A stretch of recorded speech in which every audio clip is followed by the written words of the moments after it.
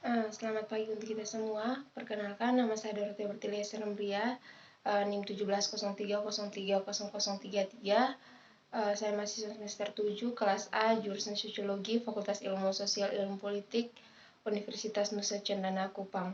Oke, baik, dalam video kali ini saya akan menjelaskan sebuah buku yang telah saya review dengan judul Kolektivitas dan Kekuasaan di Internet.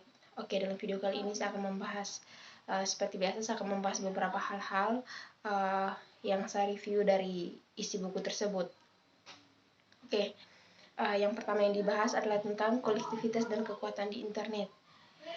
Internet telah menjadi fondasi yang penting dari tindakan dan perilaku sosial secara terbuka.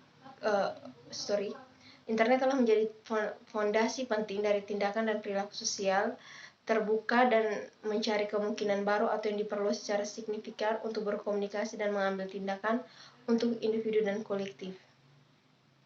Hal ini mengakibatkan fenomena massa seperti putaran umpan balik pelanggan pada platform belanja seperti Amazon, jaringan sosial komunitas, misalnya Facebook, Instagram, WhatsApp, Snapchat, dan lain sebagainya.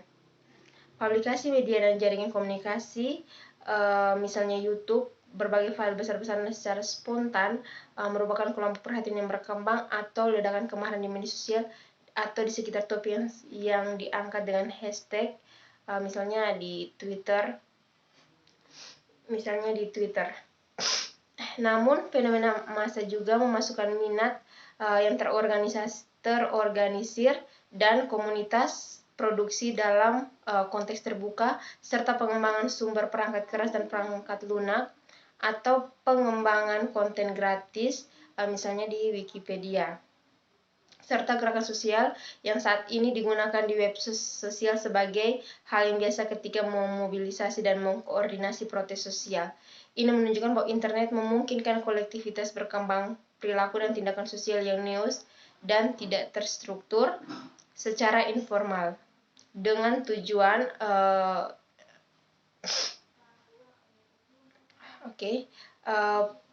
perilaku konsumen dan keberadaan ruang publik sebagai tempat berkumpulnya orang baik secara spontan atau secara terencana. Internet kemudian terdiri dari yang baru lapisan substansi dan infrastruktur ini, yaitu yang melalui sebagian besar pertukaran sosial hari yang selalu diatur. Banyak bentuk informasi individu dan kolektivitas mention dan komunikasi serta koordinasi yang telah pindah ke ranah online dan dikoordinasikan dan disalurkan oleh serangkaian teknis yang dapat dikelola yang tersedia secara global di platform dan layanan. Kita lihat misalnya contohnya di Facebook, di WA, ataupun di platform-platform lainnya, bahwa sekarang informasi yang terjadi di negara lain atau di tempat lain dapat kita ketahui dengan sangat cepat karena dengan ada keberadaannya platform-platform ini. Dan di media sosial semua orang berhak atau bebas untuk berekspresi, menunjukkan ekspresinya di media tersebut. Nah, itu bab 1. Terus bagian yang berikut itu tentang aksi kolektif di era digital. Oke, yang pertama itu yang dibahas tentang jenis dasar aktor sosial. Yang pertama itu ada individu. Nah, kemampuan individu untuk bertindak dengan sengaja dan kreatif sebagai aktor sosial tidak lagi diperdebatkan. Tentu saja, tindakan dan cakupan tindakan aktor individu adalah ditentukan bersama dan dipengaruhi oleh konteks sosial atau oleh aturan dan norma sosial, dan tentang ekspektasi peran tertentu.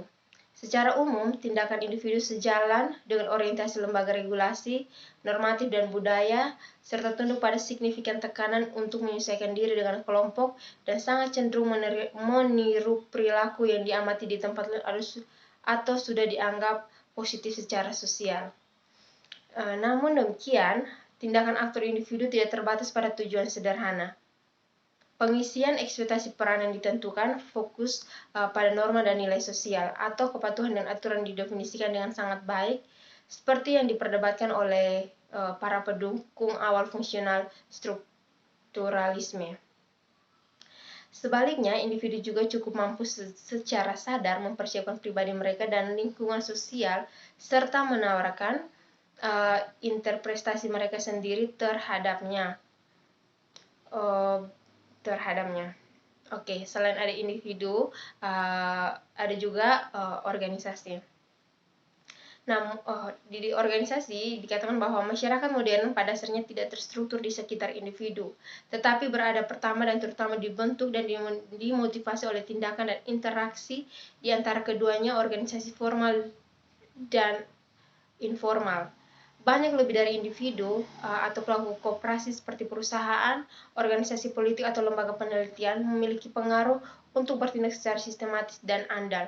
Telah didirikan tindakan yang dicantumkan dan diformalkan serta di rutinitas pengambilan keputusan yang memiliki strategi lebih besar saat mengimplementasikan sumber daya organisasinya, yaitu karena mereka sebagian besar tidak tergantung pada preferensi dan minat anggota mereka. Setelah ada individu, ada organisasi, ada juga formasi kolektif. Nah, spektrum luas mulai dari individu hingga organisasi menampilkan variasi yang sangat besar dari formulasi kolektif. Kolektif semacam ini mungkin menarik koordinasi yang sangat berbeda dan pola gerakan yang tidak bisa sembarang dianggap sebagai aktor sosial tujuan bersama, sumber daya, dan juga orientasi tindakan. Nah, yang dimaksudkan di sini bahwa aktor sosial itu otomatis pasti ada individu, ada juga organisasi-organisasi, misalnya persekutuan-persekutuan. Kita lihat bahwa di dunia internet sekarang sudah banyak dibuat persekutuan atau perkumpulan-perkumpulan, tidak hanya memiliki akun pribadi, melainkan juga ada akun-akun organisasi yang dimana dapat mempererat hubungan antara satu dengan yang lainnya. Terus kita lanjut tentang perilaku kolektif dan kolektif yang tidak terorganisir. Oke, yang pertama itu jenis perilaku kolektif di web, yaitu tentang massa, kerumunan, dan publik. Banyak dari bentuk-bentuk baru ini, banyak dari bentuk-bentuk kolektif baru yang muncul secara spontan saat ini, yang pada prinsipnya merupakan suatu fenomena baru di dalam suatu ilmu sosiologi. Salah satu dari yang pertama yaitu taksonomi perilaku kolektif dikembangkan oleh Blumer, yaitu dia membedakan antara 3 jenis perilaku tersebut, yaitu yang masing-masing dapat berubah menjadi bentuk tindakan kolektif yang lebih stabil, yaitu massa yang tidak terorganisir dapat digambarkan menurut kriteria tertentu sebagai suatu agregat individu anonim yang timbal balik. Terus yang kedua, Blumer juga membedakan massa dan massa dari publik. Ia mendefinisikan sebagai suatu masalah publik yang pesertanya terlibat aktif dan diskusi tentang suatu topik tertentu dan siapa yang tentang bagaimana mereka saling bertukar pikiran untuk menemukan untuk memecahkan suatu isu atau suatu masalah. Oke, yang berikut itu tentang landasan perilaku kolektif, infrastruktur, dan kolektif.